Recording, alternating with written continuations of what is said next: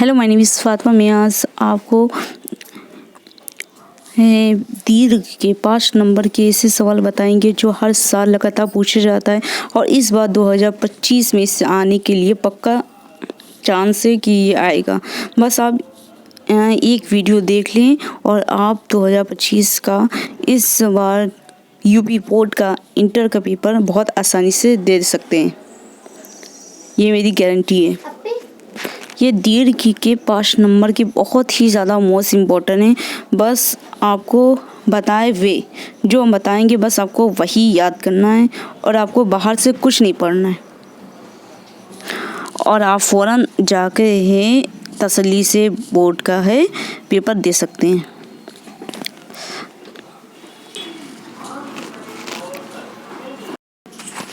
और इसके अथवा करके ऐसे भी पूछा जाता है कि मानव में नर जनन तंत्र का वर्णन कीजिए, इसमें शुक्राणु कहाँ संचित होते हैं।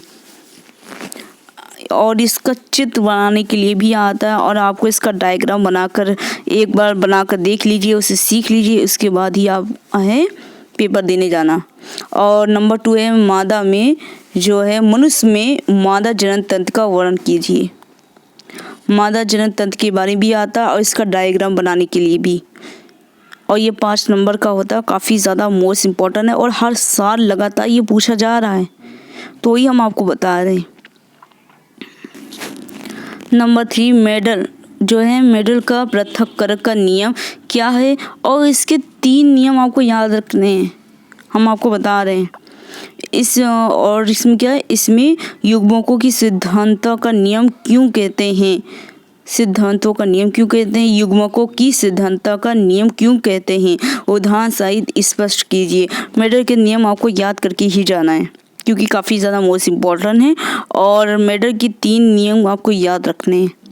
और नंबर 4 डीएनए का चित्र आपको बनाना है, इसका डायग्राम आता बनाने के लिए। और आरएनए कितने प्रकार के होते हैं, टीआरएनए की संरचना का वर्णन कीजिए। नंबर 6 है मानव स्वास्थ्य तथा रोग पर टिप्पणी लिखिए। मानव स्वास्थ्य के बारे में काफ़ी ज़्यादा पूछे जाते हैं, इसके रोग क्या हैं, इसके बारे में बैक्टीरिया है, वायरस है और कवक है, जिससे होने वाले रोग के बारे में आपसे पूछा जाएगा, इसीलिए आपको हेडिंग डाल के ही लिखना है। संक्रमण रोग और असंक्रमण रोग से आप क्या समझते हैं, इसके बारे में आता है। उदाहरण आपको इसका उदाहरण बताना है, कारक और लक्षण और रोकथाम की विधियां आपको बतानी है और हेडिंग डाल के। संक्रमण रोग तो आप तो जानते ही कि ऐसे रोग जो एक से दूसरे व्यक्ति से फैल जाए उसे संक्रमण रोग कहते हैं, जैसे जुकाम है, कोरोना वायरस है, ये सब। असंक्रमण रोग वही होता है कि जो एक व्यक्ति से दूसरे व्यक्ति में ना फैले, ऐसे रोग को असंक्रमण रोग कहते हैं। जैसे कहा जाए कौन सा, टीबी है, टीबी एक से दूसरी जगह नहीं फैलता, छूने से नहीं फैलता है।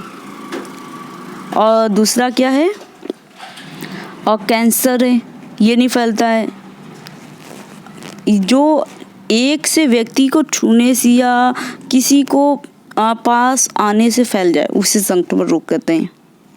बस आपको अच्छे से एक हेडिंग डालनी है और हेडिंग डालते ही लिखना, जिससे कि आपकी कॉपी बहुत अच्छी लगे और यही कि आपको अच्छे नंबर मिलेंगे। और बैक्टीरिया क्या होता है, वायरस, बैक्टीरिया के बारे में आपको फुल मतलब की जानकारी होनी चाहिए। बैक्टीरिया के बारे में अच्छे से आपको याद रखना है, कौन कौन से बैक्टीरिया से कौन कौन से रोग होते हैं, वायरस से और कैंसर और कवक है, इन सब की जानकारी आपको अच्छे से होनी चाहिए। अच्छे से पढ़ के ही जाना है आपको कि कवक से कौन सी बीमारियां होती हैं, कौन कौन सी, और वायरस से कौन सी बीमारी हो रही है, बैक्टीरिया से कौन कौन से होने वाली जो रोग हैं, ये सब आपको याद करना है। प्रतिरक्षा प्रतिक्रिया पर टिप्पणी लिखिए। काफ़ी लॉन्ग में है, आपको अच्छे से लिखना है, 5 नंबर का है, काफ़ी ज़्यादा मोस्ट इम्पॉर्टेंट है। और मृदुदी पादपों की विभिन्न कार्य की अनुकूलन का जो है वर्णन कीजिए।